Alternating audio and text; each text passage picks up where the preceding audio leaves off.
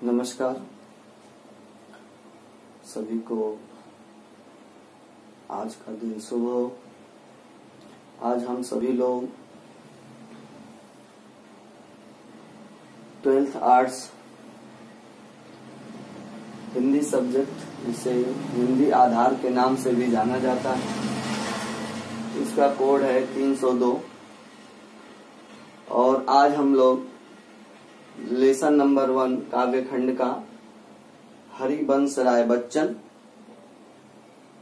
इसके पाठ का नाम है दिन जल्दी जल्दी ढलता है। इस पाठ को हम लोग आज पढ़ेंगे, जो इस 2020 और 21 के कोर्स में है। तो हम लोग इस शीर्षक को आज पढ़ेंगे, इस पाठ को आज पढ़ेंगे। सबसे पहले हम लोग इस पाठ का प्रसंग देखते हैं। प्रसंग, तो प्रसंग क्या है कि देखिए, प्रस्तुत प्रसंग में मुख्य रूप से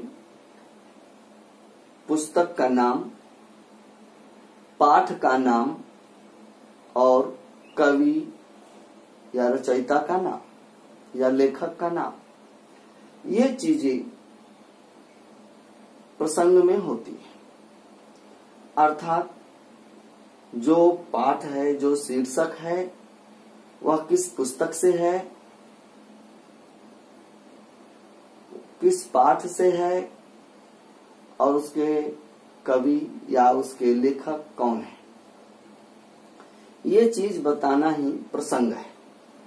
अब इसको हम लोग देखेंगे यहाँ पर कि प्रस्तुत काव्य खंड हमारी पाठ्य पुस्तक आरोह भाग 2 के दिन जल्दी जल्दी ढलता है नामक पाठ से अवतरित है।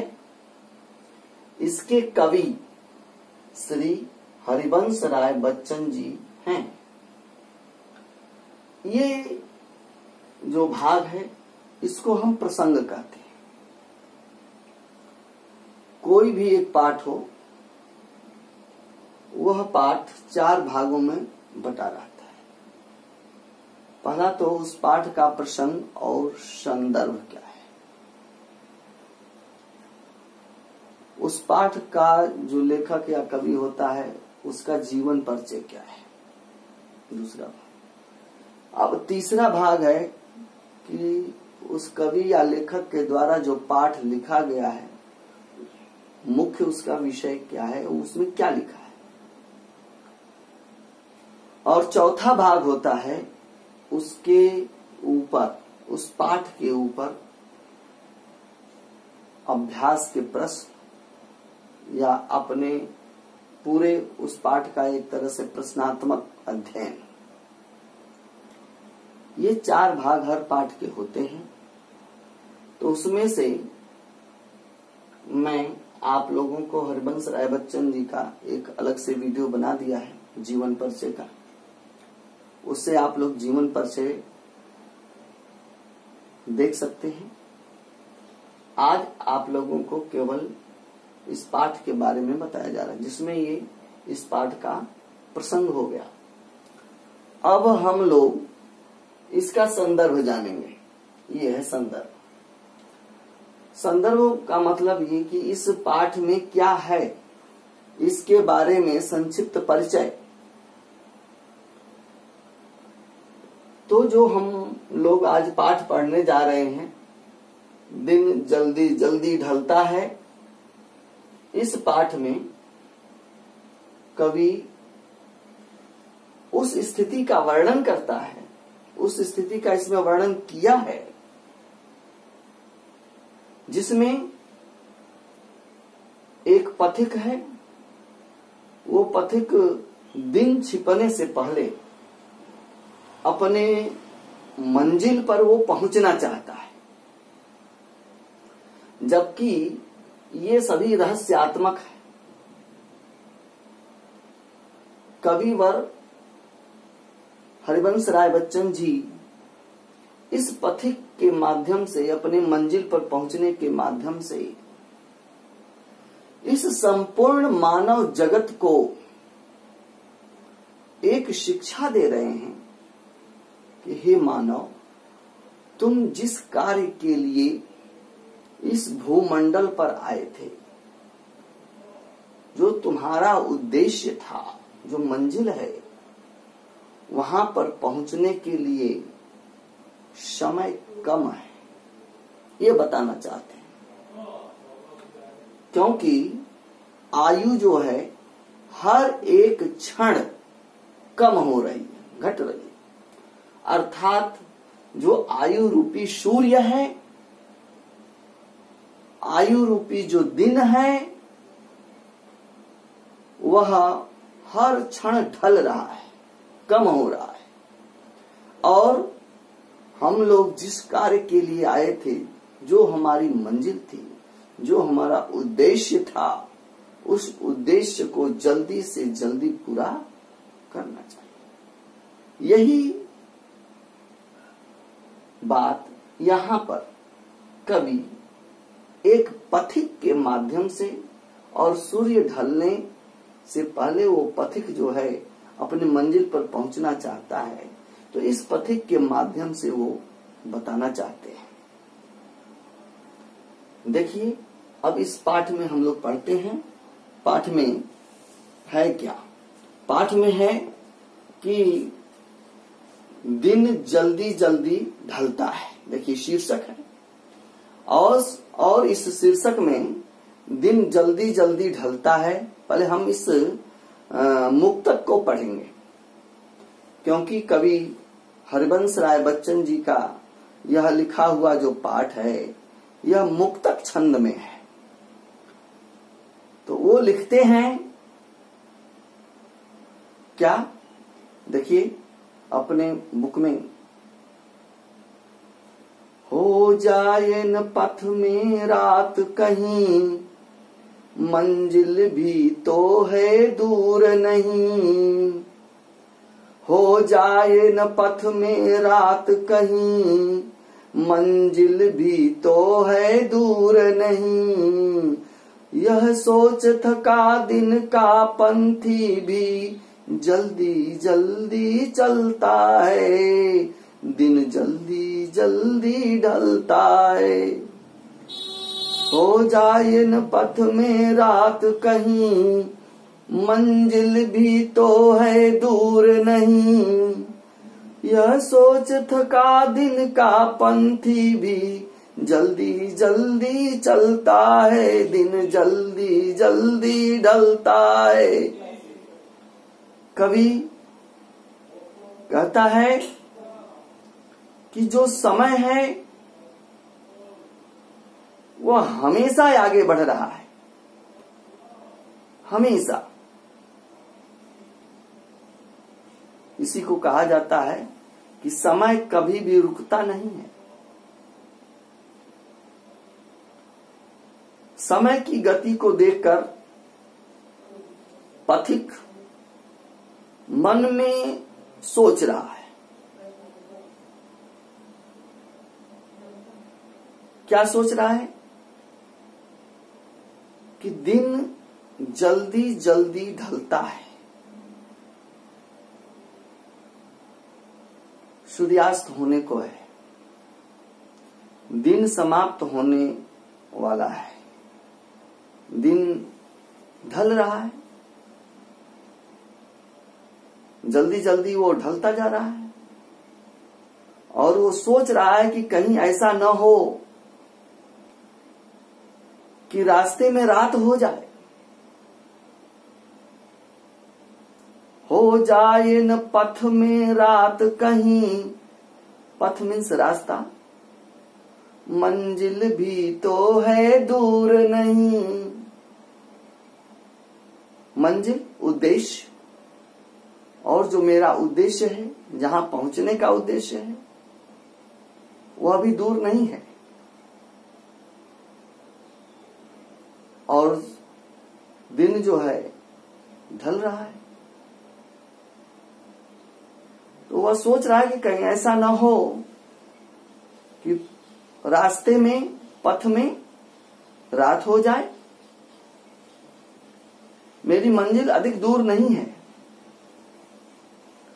यह सोच थका दिन का पंथी भी जल्दी जल्दी चलता है। इस प्रकार यह सोचता हुआ दिन का राही, दिन का पथिक भी जल्दी जल्दी चलने लगता है। यह दिन बड़ी शीघ्रता के साथ व्यतीत होता जा रहा है, बीत रहा है। एक पद्य में, एक अनुच्छेद में इतना है, फिर से देख लीजिए। हो जाए न पथ में रात कहीं, मंजिल भी तो है दूर नहीं। यह सोच थका दिन का पंथी भी जल्दी जल्दी चलता है। दिन जल्दी जल्दी ढलता है। इसमें कवि एक रहस्यवादी चेतना का वर्णन किया है। इसके माध्यम से कवि यह बताना चाहता है कि हे प्राणियों, यह आयु रूपी जो दिन है, जो समय है, यह बहुत जल्दी व्यतीत हो रहा है, ढल रहा है, कम हो रहा है। और हमारे जीवन में जो उद्देश्य है, जो मेरा लक्ष्य है इस जीवन का, वह भी दूर नहीं है। इसलिए जल्दी जल्दी उस अपने उद्देश्य तक पहुंचने की कोशिश करना चाहिए, जैसे यह पथिक कर रहा है। वास्तव में यह मनुष्य भी एक पथिक है, एक मुसाफिर है। अब हम लोग देखेंगे कि इस पद्य में, संपूर्ण पद्य में, पुनरुक्ति प्रकाश अलंकार की छटा दर्शनीय है। इसमें कवि के द्वारा सहज, सरल तथा बोध गम्य खड़ी बोली का सफल प्रयोग किया है। इसमें खड़ी बोली है और शांत रस, इसमें जीवन के उद्देश्य को पूरा करने का तरीका बताया गया है। इसलिए इसमें शांत रस है, प्रसाद गुण का परिपाक इसमें है और गेयात्मक मुक्तक शैली का इसमें प्रयोग किया गया है। इस अनुच्छेद आगे हम देखते हैं दूसरा अनुच्छेद। बच्चे प्रत्याशा में होंगे, नीड़ों से झांक रहे होंगे। बच्चे प्रत्याशा में होंगे, नीड़ों से झांक रहे होंगे। यह ध्यान परों में चिड़ियों के, यह ध्यान परों में चिड़ियों के, भरता कितनी चंचलता है। दिन जल्दी जल्दी ढलता है। इसमें कवि ने पथिक की व्यग्रता का वर्णन किया है और उसकी व्यग्रता का वर्णन करते हुए कह रहा है कवि कि दिन को जल्दी जल्दी ढलता हुआ देख करके पक्षी अपने पंखों को बड़ी तीव्रता के साथ फड़फड़ाता हुआ उड़ता जा रहा है।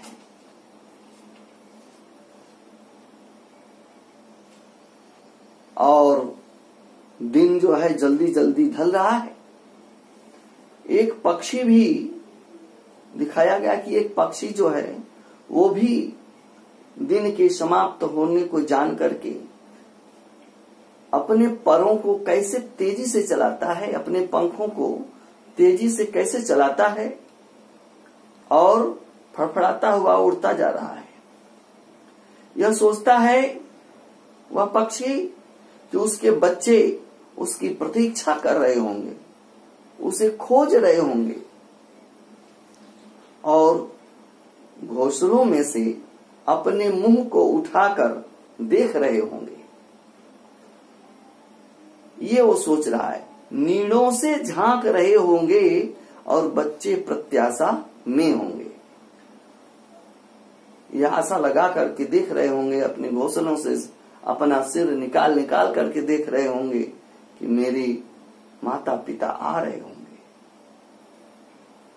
जब ये ध्यान उन चिड़ियों के मस्तिष्क में आता है, अपने बच्चों की याद आती है तब, और दिन को ढलता हुआ देख करके उनके जो पंख हैं और तेजी से चलने लगते हैं और ये पक्षियों का ध्यान अपने बच्चों के प्रति एक वात्सल्य का प्रकटीकरण करता है। इसलिए कवि कहता है कि दिन बड़ी शीघ्रता से खत्म हो रहा है और जितने पक्षी हैं तेजी के साथ पंखों को फड़फड़ाते हुए अपने घोंसलों की तरफ बढ़ने लगते। इस दूसरे अनुच्छेद में कवि ने वात्सल्यमयी चिड़ियों की चंचलता का सटीक वर्णन किया है। इस दूसरे अनुच्छेद में भी प्रसाद गुण है, वात्सल्य गुण का परिपाक भी है, सहज सरल गम्य खड़ी बोली का प्रयोग किया गया है और शैली मुक्तक है। तीसरे अनुच्छेद में कवि कहता है कि मुझसे मिलने को कौन विकल, मैं हूं किसके हित चंचल।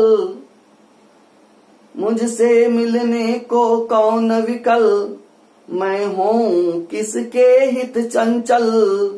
यह प्रश्न शिथिल करता पद को, यह प्रश्न शिथिल करता पद को, भरता उर में विह्वलता है। दिन जल्दी जल्दी ढलता है, दिन जल्दी जल्दी ढलता है। अब इसमें कवि हरिवंश राय बच्चन जी यह कह रहे हैं कि जो एक विरह प्रेमी है, उस विरह प्रेमी की मौन कथा का वर्णन इस अनुच्छेद में किया है। वे कह रहे हैं कि अपने जीवन रूपी रास्ते में चलता हुआ व्यक्ति मन ही मन सोच रहा है कि इस संसार में मुझसे मिलने को कौन आतुर हो रहा है। मेरे मन में किसके प्रति चंचलता उत्पन्न हो रही है। जब जब उस पथिक के मन में यह विचार, यह प्रश्न रूपी विचार जब पैदा होता है तो उसके पैर कमजोर पड़ जाते हैं। लेकिन अगले ही क्षण जब उसे किसी की याद आती है तो उसके हृदय में अपार व्याकुलता उत्पन्न हो जाती है। और वह फिर से जल्दी जल्दी चलने लगता है। अंत में कवि कहता है कि यह जो दिन है बड़ी शीघ्रता के साथ व्यतीत हो रहा है। फिर से देख लीजिए एक बार। मुझसे मिलने को कौन विकल, मैं हूं किसके हित चंचल। यह प्रश्न शिथिल करता पद को, पद मीन्स पैर। यह प्रश्न शिथिल करता पद को, भरता उर में विह्वलता है। भरता उर में विह्वलता है। दिन जल्दी जल्दी ढलता है। दिन जल्दी जल्दी ढलता है। अब यहां कवि एक पथिक के हृदय में जो अंतर्द्वंद जो उठ रहा है, उस अंतर्द्वंद को बताया है। इसमें अनुप्रास के साथ पदमैत्री आदि, पुनरुक्ति आदि का भी अलंकारों का प्रयोग है। इसमें भी बोधगम्य खड़ी बोली का सफल प्रयोग है। इनकी भाषा सहज सरल है और मुक्तक शैली में लिखा हुआ यह प्रसाद गुण के रूप में यह मुक्तक छंद विद्यमान है। इस तरह से आज का जो ये शीर्षक था, दिन जल्दी जल्दी ढलता है, इस शीर्षक के अंतर्गत इतने ही अनुच्छेद पढ़ने के लिए आप लोगों को दिए गए थे। इस तरीके से इस पाठ का जो व्याख्या है या इसको भावार्थ कहें तो वह आज पूरा हुआ। इस तरीके से हम लोग इस पाठ को प्रत्येक अनुच्छेद के अनुसार पढ़ेंगे और पढ़ करके इसको जानने का प्रयास करेंगे। ठीक है, तो आज इतना ही। धन्यवाद।